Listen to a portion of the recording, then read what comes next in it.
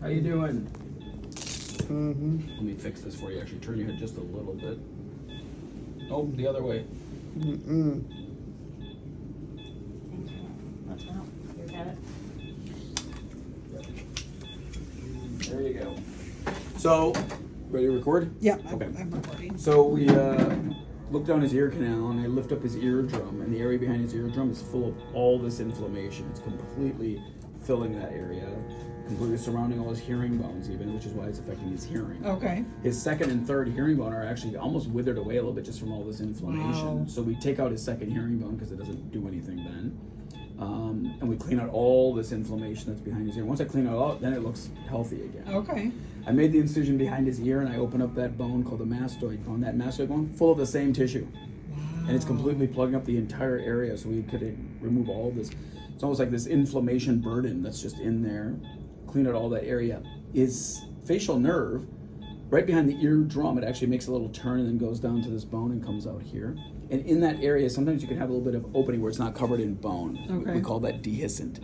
Okay. So he's got actually a couple of areas behind the eardrum where it's actually dehiscent, and there was so much inflammation around here. I think that inflammation then kind of just settled on that area where the bone was missing and caused inflammation on that nerve and caused it to get weak. Okay. Once I clean out all that inflammation, we have little stimulating instruments that we can use to run some electrical current just to see what we can get. I actually didn't think I was going to get anything, but the fact he had a little bit of twitching of his eye actually made me think, like, maybe it's working a little bit. Let's see. So I tested it, and we found he's got good electrical response. Oh, good. That tells me, actually, from a prognosis, in my opinion, that it's actually very good. Oh, good. Because I was able to turn down that stimulation and get a response, which tells me the nerve is actually functioning, and we've now decompressed all this area. That with time and reduction of all this inflammation, it's going to get better and stronger over Okay. time. Wonderful. That's why I said it's going to take Yeah, time, but right. I would just guess, like, in 6 to 8 weeks, he should have significantly movement Oh, on that side of his wonderful. face. That is wonderful. Yeah. It actually looks a little bit does better look right strong. now. It does look Look, he strong, just doesn't it? moved it. Oh, yeah. Yeah. Oh, yeah, you're right. He's moving it. I'm awesome.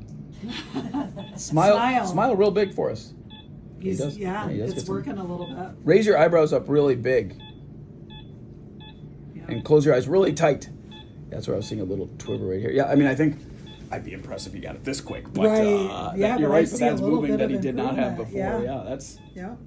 I'd be pretty ecstatic if that happens that So, fast. do you know what caused all That's a of great this? question. So we're trying to figure out, like, why. I imagine it is related to the uveitis that he had, and whatever inflammation reaction occurred in the eye, in the body, whatever settled in his ear. And I think just coincidentally it settled in his ear, and it coincidentally had the area where the facial nerve was weak.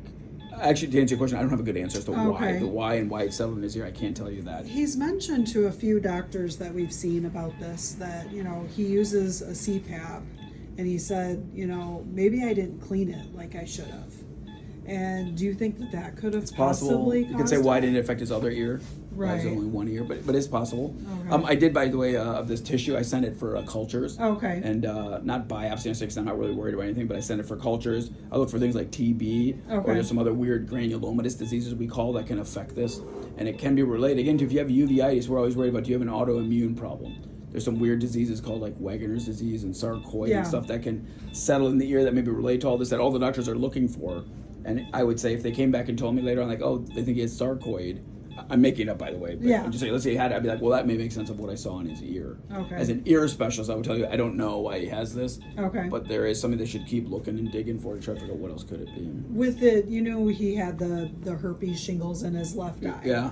And at U of M, the specialist did say that it was autoimmune, but they didn't know what it was. Yeah. They had done labs and that That's type right. thing. And So it maybe when it's like unusual autoimmune, that sometimes we don't have a name for what it is. But I would say the same process is what occurred in his ear. Okay. And so I think autoimmune, which is a catch-all phrase, probably accounts for like why is his ear this way. Okay. But if you were to ask me, well, why in the ear, I'd be like, well, that I don't know. I don't answer. Right. But I do know that this definitely was full of so much inflammation that no matter what, if we didn't do the surgery, I don't know if it would have cleared. It may have cleared, but it would have taken like a year or 2 years till it Yeah. finally cleared, and then his facial nerve maybe had so much damage that it wouldn't have recovered. So I I'm think glad we did it. the surgery will because- definitely take care of the problem. I left his tube, by the way, in the ear. Okay.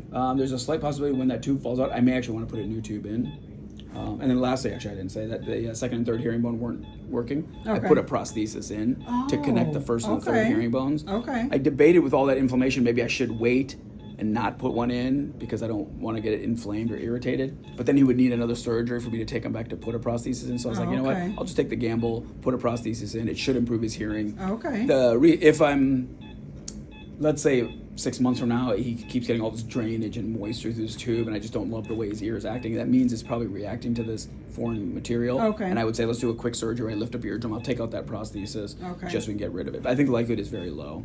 So did you have to take the mastoid bone out? Yeah, we actually make an incision and we literally drill right through this Oh, bone. And okay. so it's like soft back here. So if you push Okay. on his ear, if you ever did, it would be like soft, soft, soft. You're like, oh, it's still soft all the way up here. But Oh. it doesn't cause any Okay. problems or Okay. issues.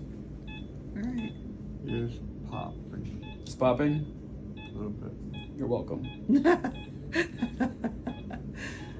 All right, buddy. You wake up a little bit more. I'm glad you're doing already a little bit better. You're gonna be sore for a couple days. Take the pain medicine. Okay. Put the drops in his ear. We'll give him a short course of antibiotics, Okay. and then I'll see him back next week. We'll take the packing out of his ear. We'll see how he heals up over time. But I'm encouraged. He's gonna do really well. after this. Okay. I think so too. I mean, I've already seen a little bit of improvement, Yeah. so I'm hopeful. Thank you. You're welcome.